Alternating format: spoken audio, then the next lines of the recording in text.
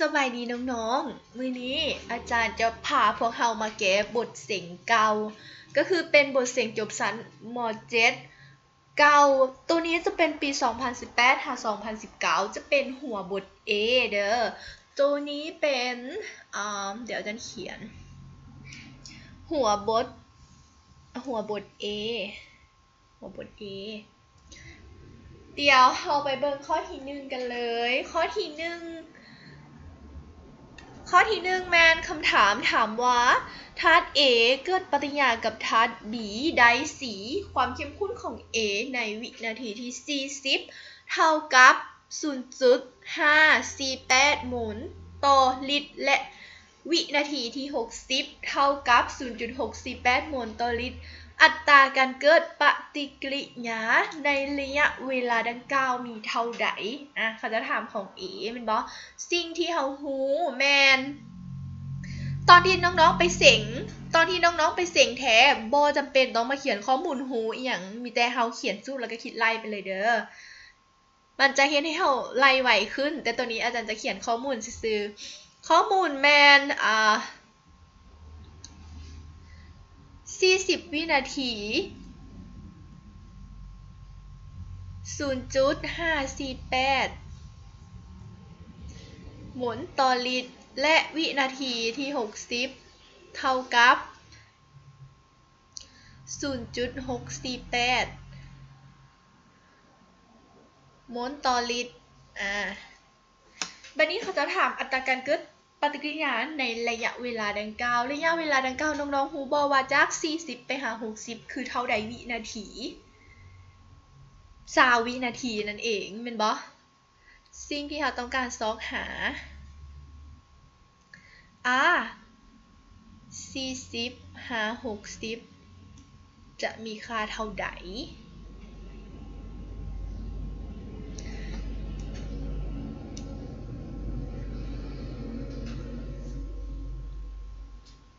อัตราการเกิดปฏิกิริยาจะเท่ากับปริมาณของธาตุที่เปลี่ยนหารให้เวลาที่มันใช้เปลี่ยนปริมาณแม่นเท่าใดเวลาเราคิดไล่มันบ่เขาจะต้องเอาปริมาณถ้าเป็นวิชาฟิสิกส์ก็ต้องเป็น A2 ลบให้ A1 ส่วนให้ T2 ลบให้ T1 เท่าไหร่ปริมาณสุดท้ายลบให้ปริมาณเริ่มต้น 0.648 มันบ่ลบให้ 0.548 ส่วนให้60ลบให้20จะเท่ากับเท่าไหร่0.1 ส่วนให้อันนี้มัน40เนาะอาจารย์หลงตัวนี้มัน60ลบให้40เด้อเท่ากับ 0.005 คำตอบของข้อที่1คือข้อขอไข่นั่นเองเราไปเบิ่งข้อที่2นำกันข้อที่2คำถามมีว่าจากปฏิกิริยา A บวก B ไดสีมีผลการทดลองดังนี้ผลการทดลองความเข้มข้นของ A และ B อัตราการเกิดปฏิกิริยาเป็นโมลต่อลิตรต่อวิกฎเกณฑ์อัตราของปฏิกิริยาแม่นข้อใดกฎเกณฑ์อัตราเราจะต้องรู้อย่างก่อนเราจึงจะเขียนกฎเกณฑ์อัตราได้เราต้องรู้อันดับแม่นบ่A บวก B ได้4กับ D แม่นบ่ A บวก B ได้4บัดนี้เราจะสามารถเขียนกฎเกณฑ์อัตราได้ R เท่า K คูณด้วยความเข้มข้นของ A กำลังอีกและคูณด้วยความเข้มข้นของ B กำลัง Y อันนี้คือกฎเกณฑ์อัตราบัดนี้สิ่งที่เราจะต้องเฮ็ดคือเราจะต้องซอกหาค่าของ x และ y ให้ได้เพื่อที่เราจะตอบคำถามของข้อนี้ได้น้องๆยังจื้อได้บ่วิธีการที่เราจะซอกอันดับของ A เราควรเฮ็ดแนวใดเอาการทดลองที่ผลของการทดลองของ B นั้นเท่ากันก็คือเราจะเอาผลของ เอาผลการทดลองใดหนึ่งหารให้การทดลองใดหนึ่งเพื่อให้ b นั้นมีผลออกเท่ากับ1นั่นเองนั่นก็คือเราจะเอาการทดลองใดหารการทดลองใดดีเพื่อซอกหาอันดับของ a ต้องเอาตัวที่ b มีค่าเท่ากันหารกันแล้วออก1นั่นก็คือการทดลองที่3กับการทดลองที่2แม่นบ่ในนี้อาจารย์เขียนไว้ว่าซอกอันดับของ a นั่นแหละจะเอาการทดลอง3หารให้การทดลอง2 3หารให้2อะตามอย่างตามอัตราการเกิดปัญญาเท่ากับค่าคงที่อัตราคูณด้วยความเข้มข้นของ a กำลัง x และ b กำลัง y ดังนั้นถ้าสมมุติเราแทนค่ามันบ่เราจะได้ r ของการทดลองที่3เท่ากับ12เท่ากับ k คูณให้ความเข้มข้นของ a ที่การทดลองที่3ส่วนให้คูณให้ความเข้มข้นของ b ส่วน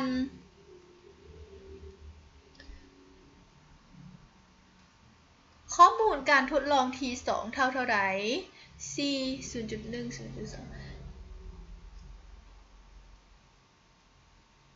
0.01 กำลัง x 0.02 กำลัง y เราจะหารตัวที่มันคือการหารกันจะออกเท่ากับ1มันบ่ตัวนี้จะได้เป็น c 32เท่ากับ3กำลัง x 3ขึ้นกำลังอย่างที่เท่ากับ3ก็คือถ้าสมมุติว่า3กำลัง0จะออกเท่าไหร่ทุกตัวที่กำลัง0จะออก1มันบ่ดังนั้นอยู่ในนี้ x จะเท่ากับ1นั่นเองเราสามารถตอบคำถามได้เลยบ่ถ้า x เท่ากับ1มี3ช้อยเลยแม่นบ่ x เท่ากับ1ข้อที่บ่แม่นทำอิฐก็คือข้อขอไข่เดียวเราจึงไปซอกอีกตัวหนึ่งกันก่อนเพราะว่าเราซอกคำตอบของช้อยนี้แล้วมันยังบ่ได้คำตอบที่ถูกต้องซอกหาค่าของ y จากเราจะเอาการทดลองใดหารการทดลองใดเราต้องเบิ่งเด้อในนี้ถ้าเราต้องการซอกหาค่าของ y ก็คืออันดับของ b เราจะต้องเอาการทดลองที่ a มีค่าเท่ากันนั่นคือการทดลองที่2หารการทดลองที่1การทดลองที่2แมน c 1 2หารให้2 1 1อันนี้แม่อาจารย์เว้าเพื่อให้ตัวเองจื้อซื่อๆเด้อบ่แม่น2 1 1เนาะถ้าเราหารตัวที่มันคือกันออกเราก็จะได้เป็นเท่าไหร่2 2 4เท่ากับ2กำลัง y 2กำลังหยังที่เท่ากับ2กำลัง1มันบ่ดังนั้นอันดับของ x และ y อันดับของ x กับ b เท่ากับ1กฎเกณฑ์อัตราจะเขียนได้แนวใดกฎเกณฑ์อัตราก็ควรที่จะเขียนแนวใดกฎเกณฑ์อัตราก็จะได้เป็นอย่าง r เท่า k คูณให้ a และคูณให้ b แม่นบ่กำลัง1ก็คือบ่ใส่กำลังความหมายก็คือข้ององูถูกต้องข้ององูถูกต้องสำหรับข้อ2เดี๋ยวเราไปเบิ่งข้อถัดไปก็คือข้อที่3เดี๋ยวเรามาเบิ่งข้อที่3นำกันคำถามข้อที่3แม่นธาตุละลายอาซิดฟอสฟอริก 0.3 normality จะมีความเข้มข้นเท่าใดโมลต่อลิตรหรือเท่าใดโมลลาร์เราฮู้หยังในข้อนี้ฮู้ว่าความเข้มข้นเป็น normality เท่ากับ 0.3 normality แม่นบ่บัดนี้เราฮู้หยังอีก จำนวนเทียบเท่าจำนวนเทียบเท่าของอาซิดเท่ากับ3แม่นบ่บัดนี้จากสูตรn normality เท่ากับความเข้มข้นเป็นโมลต่อลิตรคูณด้วยหยังคูณด้วยจำนวนเทียบเท่าดังนั้น C ความเข้มข้นเป็นโมลต่อลิตร C นี่แม่น concentrate เด้อหัวหน่วยของมันเป็น M ใหญ่บ่ลงกันติจะเท่ากับหยังเท่ากับ normality ส่วนให้จำนวนเทียบเท่าก็จะเท่ากับเท่าไหร่ normality เฮา 0.3 normality หารให้จำนวนเทียบเท่าคือ3ก็จะเท่ากับ 0.1 โมลต่อลิตรหรือเขียนย่อว่า M ใหญ่ข้อนี้ยากบ่ยากเห็นบ่ข้อนี้กอไก่ถูกต้องนี่คือคำตอบโอเคเดี๋ยวเราไปข้อถัดไปข้อที่4กลไกการเกิดปฏิกิริยามันบ่คือถ้าเราเห็นตัวนี้น่ะน้องๆบ่ต้องคิดอีหยังยากมันคือการที่เขาเจ้าต้องการที่จะถามว่าเวลาที่เราจะเขียนกฎเกณฑ์อัตราเราควรเขียนตัวใดเราควรเขียนตัวที่ยังจื้อได้บ่เราควรเขียนตัวใดเขียนตัวที่เกิดช้าที่สุดก็คือนำเอาตัวที่เกิดช้าที่สุดมาเขียนโดยที่เราบ่ต้องใส่อันดับเป็นอย่างจึงนำเอาตัวที่เกิดช้ามาเป็นตัวกำหนดสมผลตัวอย่างว่าทางสมผลการเกิดธาตุนี้นิโตรเจนไดออกไซด์นี้ขั้นตอนที่1มันใช้เวลาเพียงแต่ 0.1 วินาทีขั้นตอนที่2มันใช้เวลา1นาทีตัวนี้ก็ 0.1 วินาทีพวกเราเห็นบ่ว่าขั้นตอนที่1และ3น่ะมันใช้เวลาน้อยแหงจนเกือบบ่มีผลกระทบหยังต่อขั้นตอนที่เกิดช้าดังนั้นเพิ่นจึงจะนำเอาขั้นตอนที่เกิดช้ามาเขียนกฎเกณฑ์อัตราคือจะได้แบบข้อใดจะได้เป็น R เท่า K คูณให้ความเข้มข้นเริ่มต้นของขั้นตอนที่เกิดช้าโดยที่เราบ่ใส่อันดับก็คือ NO คูณด้วยหยังนิโตรเจนไดออกไซด์แม่นบ่ดังนั้นข้อที่1คือข้อขอขวยข้อนี้บ่ยากพวกหลานมีแต่เบิ่งตัวใดเกิดช้าแล้วนำเอาหยังนำเอาความเข้มข้นของธาตุตั้งต้นของขั้นตอนที่เกิดช้ามาเขียนเป็นกฎเกณฑ์อัตราก็จะได้คำตอบเลยเท่าที่อาจารย์เห็นมายังบ่มีโจทย์แบบอื่นเลยมีแต่แบบนี้แหละถ้าเขาจะถามเรื่องนี้ไปขั้นตอนที่ไปข้อที่5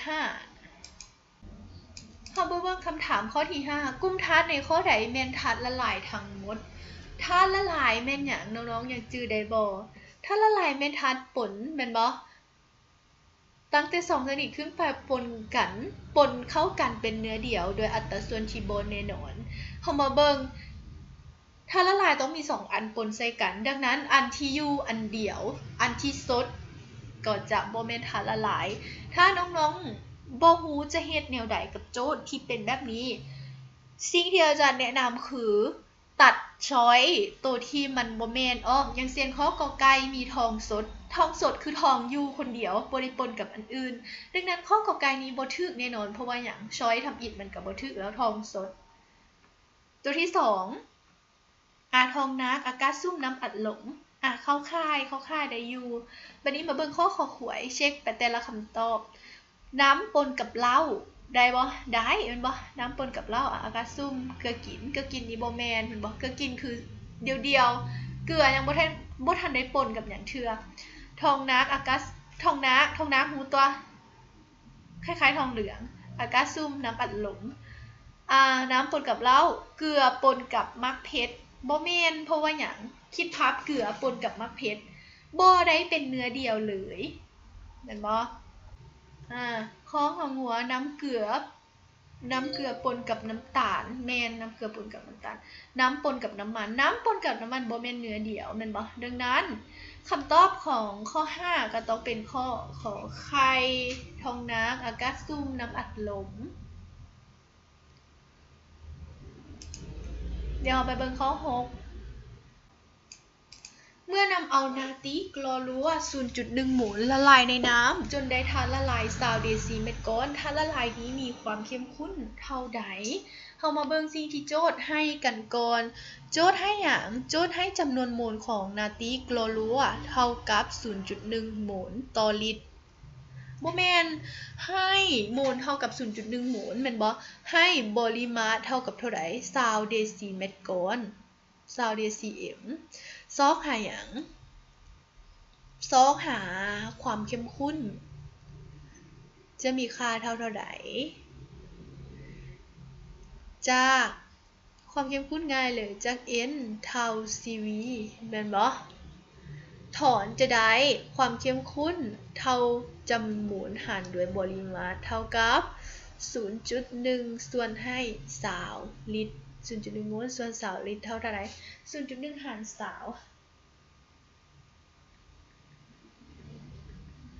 0.005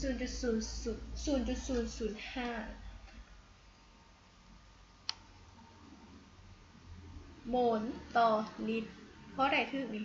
กอไก่เห็นบ่ข้อ6ข้อกอไก่ถูก 0.005 โมลต่อลิตร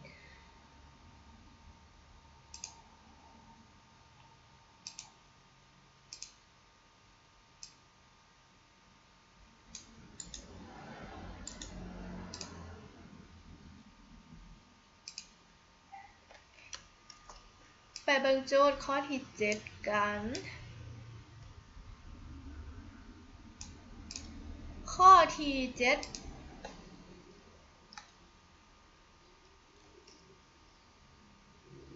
ในทุกๆธาตุละลายบาดเสือมีอิโอนชนิดใดที่คือกันอิโอนชนิดใดตัวนี้แม่นใช้ความจื้อแม่นบ่บาดเสือยังจื้อบ่ต้องมีโอเฮ็ดลบแม่นบ่เพราะโอเฮ็ดลบเป็นองค์ประกอบของบาดเซอร์ทุกชนิดก็คือบาดเซอร์จะประกอบมาจากโลหะอิโอนของโลหะรวมตัวอยู่กับอิโอนไฮดรอกซิดแม่นบ่สูตรหรือว่าความหมายของบาดเซอร์เดี๋ยวเราไปเบิ่งข้อถัดไปข้อที่8ข้อที่8คำถามมีว่าถ้าหากต้องการปรุงแต่งธาตุละลายนาตรีถ้าหากต้องการปรุงแต่งธาตุละลายอะซิดนิตริกที่มีความเข้มข้น 0.4 โมลต่อลิตรปริมาณ150 ซม3จากธาตุละลายที่มีความเข้มข้น 0.6 โมลต่อลิตรจะต้องเติมน้ำกันเท่าใดเฮามาเบิ่งสิ่งที่เฮาฮู้กันพวกหลานสังเกตเห็นบ่ว่าตอนที่1มันจะเข้มข้นกว่าคล้ายๆกับเขาจะถามว่าถ้าเราต้องการธาตุละลายเข้มข้นเท่านี้ก็คือ 0.4 โมลต่อลิตรนะเราจะปรุงแต่งมันจากตอนเริ่มต้นเท่าใดดังนั้นในนี้จะเว้าถึงธาตุละลายตัวเดียวก็คืออะซิดนิตริกนั่นเองดังนั้นมันจะมีตอนที่1และตอนที่2อาจารย์ใช้เป็นความเข้มข้นตอนที่1เท่ากับ 0.6 เท่ากับ6เนาะบ่แม่น 0.6 6 โมลต่อลิตรความเข้มข้นตอนที่2คือตอนสุดท้ายคือตอนที่เขาต้องการ 0.4 โมลต่อลิตรปริมาตรตอนที่2เท่ากับ150ซัมติเมตร3บ่บัดนี้สิ่งที่โจทย์ต้องการหยังโจทย์ต้องการรู้ว่าตื่มน้ำใส่เท่าใดเฮาจะรู้ได้ว่าเฮาตื่มน้ำเท่าใดไล่จักไสวิน้ำเท่าv2 ลบ v1 แม่นบ่ดังนั้นก่อนที่เราจะไปซอกหาvน้ำได้เราจะต้องซอกหาหยังก่อนปริมาตรตอนที่1ก่อนแม่นบ่จากสูตรหยัง c1 v1 จะเท่ากับ c2 v2 v1 จะเท่ากับ c2 และ v2 ส่วนด้วย c1 ถ้าเราแทนค่าเราจะได้เท่าใด 0.4 คูณด้วย150แล้วหารให้6จะเป็น 0.4 คูณ 150เท่า4คูณ15บ่60มันบ่ส่วนให้6เท่ากับเท่าใด เท่ากับ10มันบ่10เซนติเมตร3วิหนึ่งเท่า10เซนติเมตร3เฮาเอา10มาเป็นคำตอบเลยได้บ่ตอบกอไก่เลยได้บ่คำตอบคือบ่ได้เพราะว่าหยังในนี้โจทย์บ่ได้ต้องการรู้ว่าปริมาตรเริ่มต้นมีเท่าใดโจทย์ต้องการรู้ว่าเจ้าน่ะตื่มน้ำลงไปใส่เท่าใดซึ่งเฮาก็ต้องมาแทนใส่สูตรตัวนี้ก่อน2วิน้ำเท่ากับวิหยังวิ2คือเท่าใด150ลบวิ1คือ10เท่าใด140เซนติเมตร3อันนี้คือปริมาณน้ำที่เราตื่มใส่ก็คือขอไข่นั่นเองเป็นคำตอบที่ถูกต้องน้องๆเบิ่งดีๆเด้อถ้าโจทย์แบบนี้ต้องเบิ่งดีๆว่าโจทย์ต้องการรู้หยังบ่แม่นว่าโจทย์ต้องการรู้น้ำที่จะตื่มใส่เฮาพัดไปตอบหยังไปตอบบริมาณเริ่มต้นอย่างเช่น10ตอบข้อกอไก่บางคนแบบชิวๆง่ายๆข้อนี้ไล่บ่ยากตอบข้อกอไก่ผิดเบิ่งดีๆไปข้อถัดไปเป็นข้อที่9ข้อ9เดี๋ยวเรามาเบิ่งคำถามข้อ9กำหนดให้สมผล 2a บวก b ได้ c บวก 2d อยู่อุณหภูมิ25องศาเซมีค่าคงที่ดุลเดียงเท่ากับ 0.04 อยู่ภาวะดุลเดียงความเข้มข้นของ a b และ d เท่ากับ 0.1 และ 0.2 ตามลำดับความเข้มข้นของ c มีค่าเท่าใดตัวนี้เว้าเรื่องการดุลเดียงแม่นบ่รู้สมผล 2a บวก bได้ปกติตัวนี้มันจะให้ 2a บวก b ได้ c บวก 2d ปกติตัวนี้โจทย์มักจะให้ภาวะมันนะอาจารย์บ่แน่ใจว่าอยู่ในนี้เป็นย้อนอาจารย์บ่เขียนภาวะหรือจังใด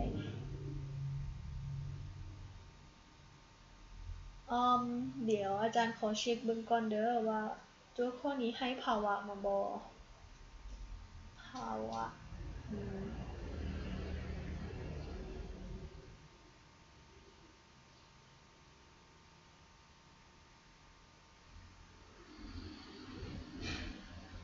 ตัวนี้บ่ได้ให้ภาวะมาพวกหลานเราสามารถคิดไล่ได้เลยจากสมผลแม่นบ่เราจะสามารถเขียนค่า k เท่ากับเท่าใดความเข้มข้นของหยังความเข้มข้นของผลิตภัณฑ์คูณกันผลิตภัณฑ์มี C และมี D เป็นผลิตภัณฑ์ขึ้นกำลังเล็กสังสาแม่นบ่ส่วนให้ความเข้มข้นของหยังธาตุตั้งต้นเมื่อเฮาแทนค่าอยู่ในนี้โจทย์ต้องการรู้ความเข้มข้นของสีแม่นบ่แทนค่าได้หยัง 0.04 เท่ากับ 4แม่นตัวที่เฮาต้องการหาคูณด้วยความเข้มข้นของ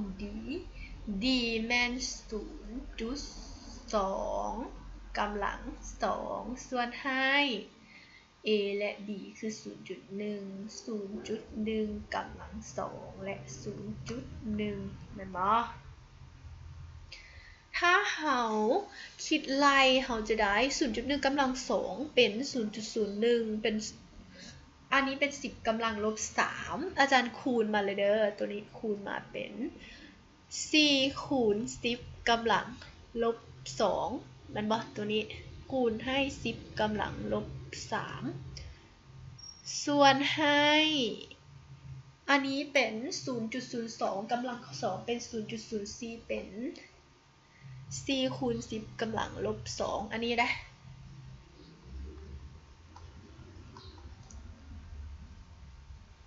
แม่นบ่ตัวนี้อาจจะเป็นเท่ากับ4สุดท้ายอันนี้จะหารกันจะเป็น10กำลังลบ3โมลต่อลิตรแม่นบ่ ข้อนี้เป็นข้ออย่างไรข้อเ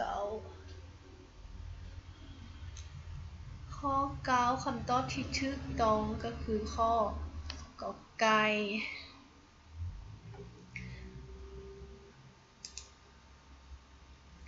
ไปเบิ่งข้อถัดไปข้อที่10ข้อที่10คำถามมีอยู่ว่าถ้าละลาย A มีความเข้มข้นของอิโอนฮีโดรนีออนเท่ากับ C คูณ 10 กำลังลบ 6 อยู่อุณหภูมิ 25 องศาเซลเซียสถ้าละลายนี้มีความเข้มข้นของ OH ลบเท่ากับเท่าใดความเข้มข้นของอิโอนฮีโดรนีออนเท่ากับ C คูณ 10 กำลังลบ 6 โมลต่อลิตรแม่นบ่ C ที่เราต้องการคือหยังซอกหา OH ลบจะมีค่าเท่ากับเท่าใดจื้อได้บ่การทดลองที่ 25 องศาเซลเซียสผลคูณระหว่าง OH ลบและ H3O บวกจะเท่ากับ 10 กำลังลบ 4แม่นบ่10 กำลังลบ 14OH ลบคูณด้วย H3O บวกเข้า KW ซึ่ง KW เท่า 10 กำลังลบ 14แทนค่าจะได้อย่าง OH ลบเท่า 10 กำลังลบ 14ส่วนให้ H3O บวกคือ 4 คูณ 10 กำลังลบ 10 กำลังลบ 6 1/4 ออก 0.25 นั่นบ่ 0.25 คูณด้วย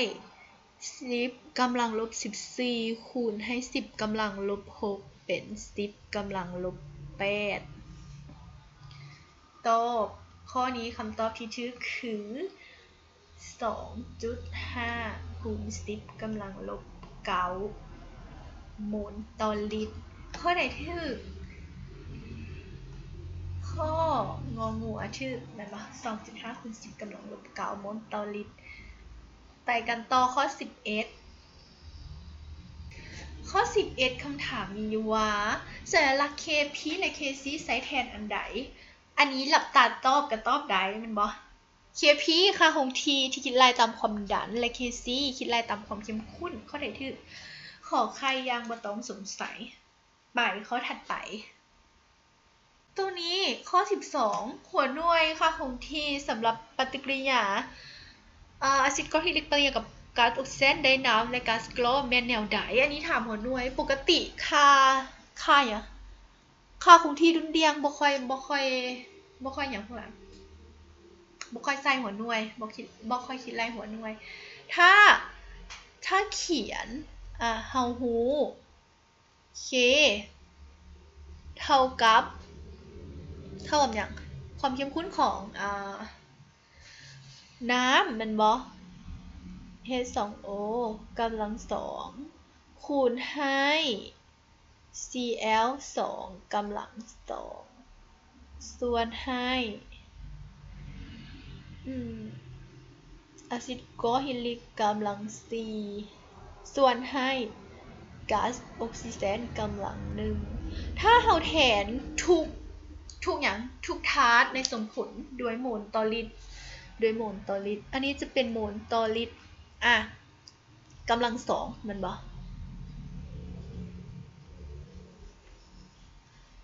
คูณโมลต่อลิตรกำลัง2เช่นเดียวกันแล้วหารด้วยหยังโมลต่อลิตรกำลัง4และโมลต่อลิตรกำลัง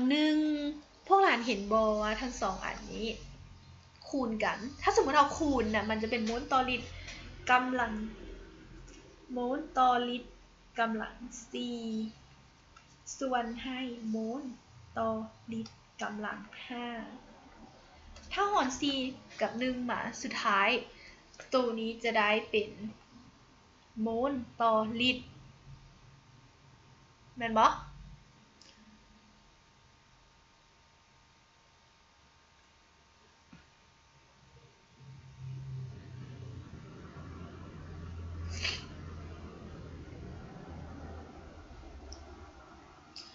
รือจะปีนเป็นลิตรส่วนโมลลิตรส่วนโมลเท่าบ่กับ dcm 3 ส่วนให้โมล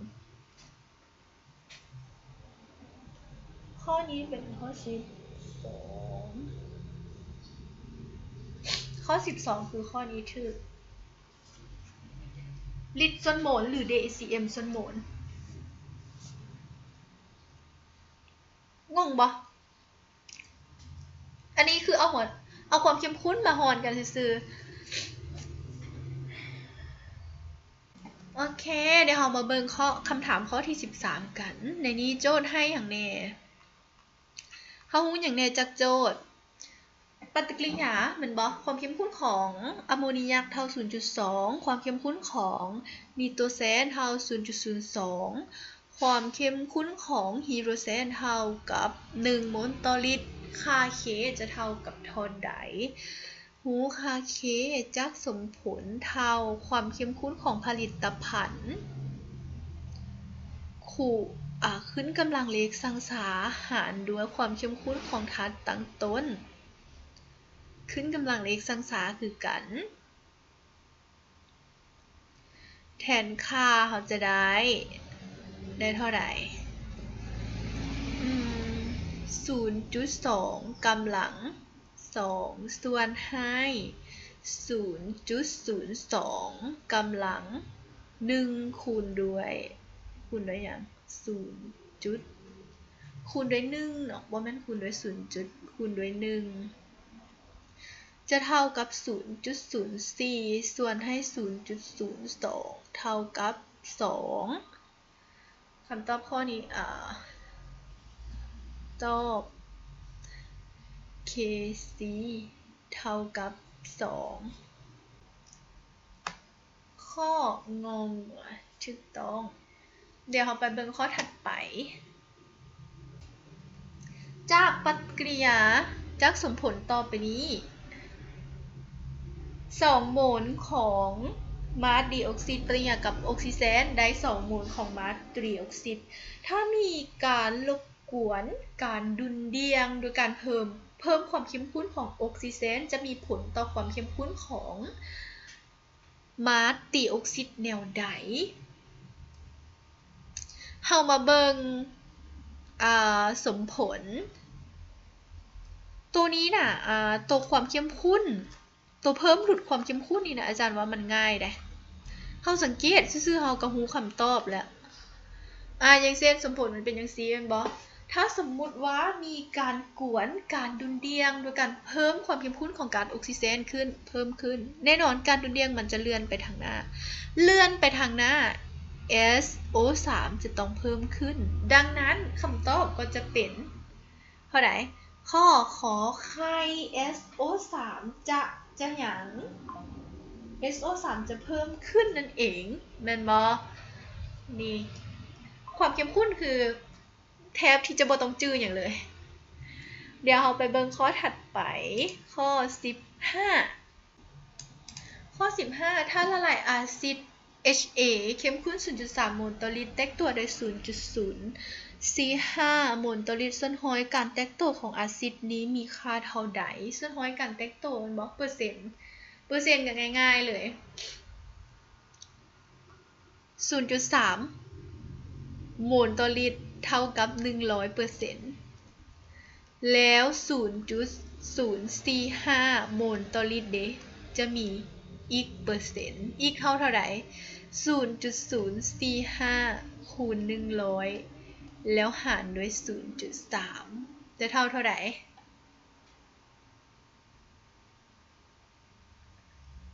0.045 คูณ 100 ก็หยับเลข0มาเป็น 4.5 หาร 0.3 เท่ากับ 15% หรือว่าถ้าเราอยากไล่เปอร์เซ็นต์เท่ากับเปอร์เซ็นต์เท่าอย่างเฮ็ด3 O บวกส่วนให้ความเข้มข้นของอาซิดแล้วคูณด้วย100ถ้าเราอยากไล่ได้สุดท้ายก็จะได้เป็นอย่างเปอร์เซ็นต์เท่า 0.045 คูณ 100แล้วส่วนให้ 0.3 คำตอบก็ออก 15% คือกันนั่นแหละอันเดียวกันตั้งแต่จะไล่แบบใดอันนี้คำตอบออกข้อของหัวเห็นปะข้อของหัว 15% ไปข้อถัดไปข้อ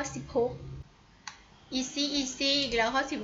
16 ต้องจื้อทฤษฎีอาซิดบาเซอร์หน่อยนึงเห็นปะถึงจะตอบข้อ 16 ได้ทำมาเบิ่งข้อกอไก่มาเบิ่งคำถามโมเมนต์ข้อกอไก่ถ้าละลาย A B C และ D มีคุณลักษณะดังนี้ A เปลี่ยนสีเจียลิสมาจากสีฟ้าบ่มีเมโทรจากสีฟ้าไปเป็นสีแดงแสดงว่าสีฟ้าไปเป็นสีแดงจื้อได้บ่ A สีฟ้าไปเป็นสีแดงแสดงว่าเป็นอาซิดหรือบาเซอร์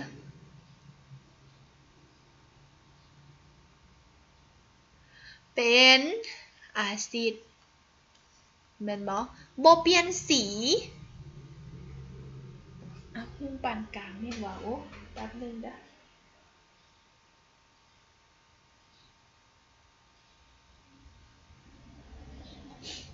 อแสดงว่าอันนี้เป็นอาซิด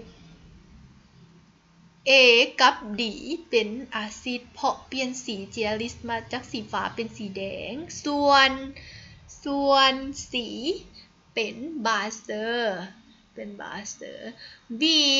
บ่เปลี่ยนสีเจียลิสมาแสดงว่า B บ่แม่นอาซิดและบ่แม่นบาเซอร์บัดนี้มาเบิ่งการนำไฟฟ้าได้ทุกอย่างนำไฟฟ้าได้ทุกธาตุละลายเลยบัดนี้มาเบิ่งหุ้งหลายจะต้องเป็นอาซิดหยังอาซิดแห้งบาเซอร์หุ้งน้อยก็เป็นบาเซอร์อ่อนอันนี้อาซิดหุ้งน้อยก็เป็นอาซิดอ่อนบัดนี้หุ้งปานกลางตัวนี้จะเป็นอย่างไปบ่ได้เลยนอกจากเกลือมาเบิ่งคำตอบข้อไหนถูกอาซิดแห้งเกลือบาเซอร์อ่อนและอาซิดอ่อนอันนี้มันจะบอกเขียนบ่ถูกน้อยนึงเพราะว่า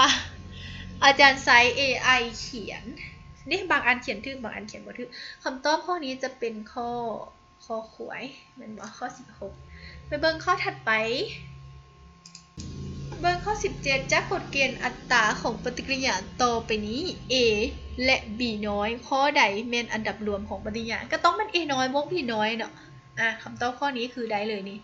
A น้อยบวก B น้อยจบมาเบิ่งข้อที่ 18 นำกันข้อความใดบอกได้ถูกต้องเกี่ยวกับทฤษฎีอาซิดบาเซอร์ของเบิร์นสเตดและลาวลีน้องๆยังจื้อได้บ่บทเรียนของเฮาทานได้เว้าว่าอาซิดคือธาตุที่ให้โปรตอนแก่ธาตุอื่นและบาเซอร์คือธาตุที่รับโปรตอนจากธาตุอื่นแสดงว่าข้อนี้แม่นข้อกอไก่เป็นช้อยที่ถูกต้องที่สุดแม่นบ่เฮามาเบิ่งข้อที่ 19 ว่าข้อที่ 19 โจทย์บอกอย่างแน่น้ำตาล 3 กรัมแม่นบ่อันนี้เป็น M 1 เท่า 3 กรัมละลายในน้ำเป็น M 2 เท่า 100 กรัมธาตุละลายทีใดมีความต่างของจุดกามแข็งเท่าใดเดลต้า T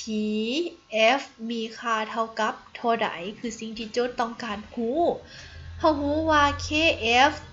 ของน้ำเท่ากับ 1.86 องศาเซต่อโมลต่อกิโลกรัมและรู้ว่าจุดกามแข็งของน้ำเท่ากับ 0 องศาเซรู้อย่างอีก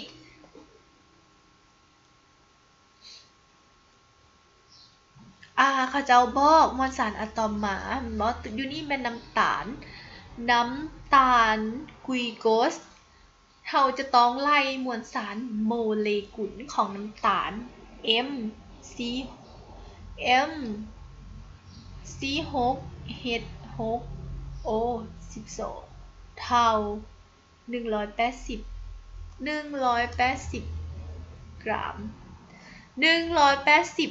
กรัมต่อโมลบัดนี้เฮามาเบิ่งว่าสูตรในการคิดไล่หาเดลต้า TF มันจะมีค่าเท่าใดจะเขียนจาก สูตร delta TF ค่าความต่างของจุดกำแข็งจะได้จาก KF คูณด้วย m โมลต่อกิโลกรัมซึ่งโมลต่อกิโลกรัมไล่จากใสถ้าใส่เขาก็จะได้ KF เท่า1จุดเท่าไหร่ก่อน 1.86 มันบ่คูณด้วย3ก็คือมวลสารของธาตุอย่างธาตุถึกละลายมันบ่ส่วนให้มวลสารโมเลกุลเป็น180คูณด้วย m เป็น 0.1 จะเท่าไหร่นี่3คูณ 1.86 5.58 หารให้18นั่นบ่ 0.31 delta TF เท่า 0.31 สะเซคำตอบข้อนี้ออกข้อขอไข่คำเบิ่งข้อถัดไปก็คือข้อที่20ข้อที่20คำถามมีอยู่ว่าคู่บาเซอร์ของอาซิดต่อไปนี้ตามลำดับแมนฐานใดคู่บาเซอร์แสดงว่าสิ่งที่เขาจะเขียนมาเป็นอาซิดแม่นบ่คู่บาเซอร์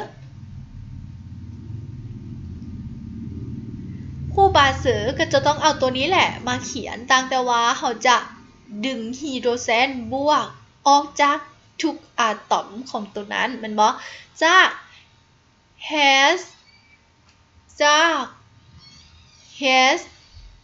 SO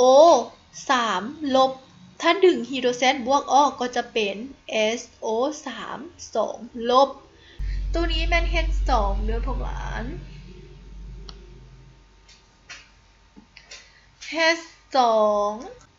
H2 POC ลบก็จะเหลือเป็น POC 2 ลบมาตัวนี้จะเป็น H2 POC ลบจะกลายมาเป็น HPOC 2 ลบมันบ่แล้วตัวสุดท้ายเป็น HCO 3 ลบดึงไฮโดรเจนออกดึงอิออนไฮโดรเจนออกจะเป็น CO 3 2 ลบคำตอบข้อไหนถูกข้อกอไก่นั่นเองแม่นบ่คำตอบที่ถูกของข้อ3ก็คือข้อกอไก่นั่นเอง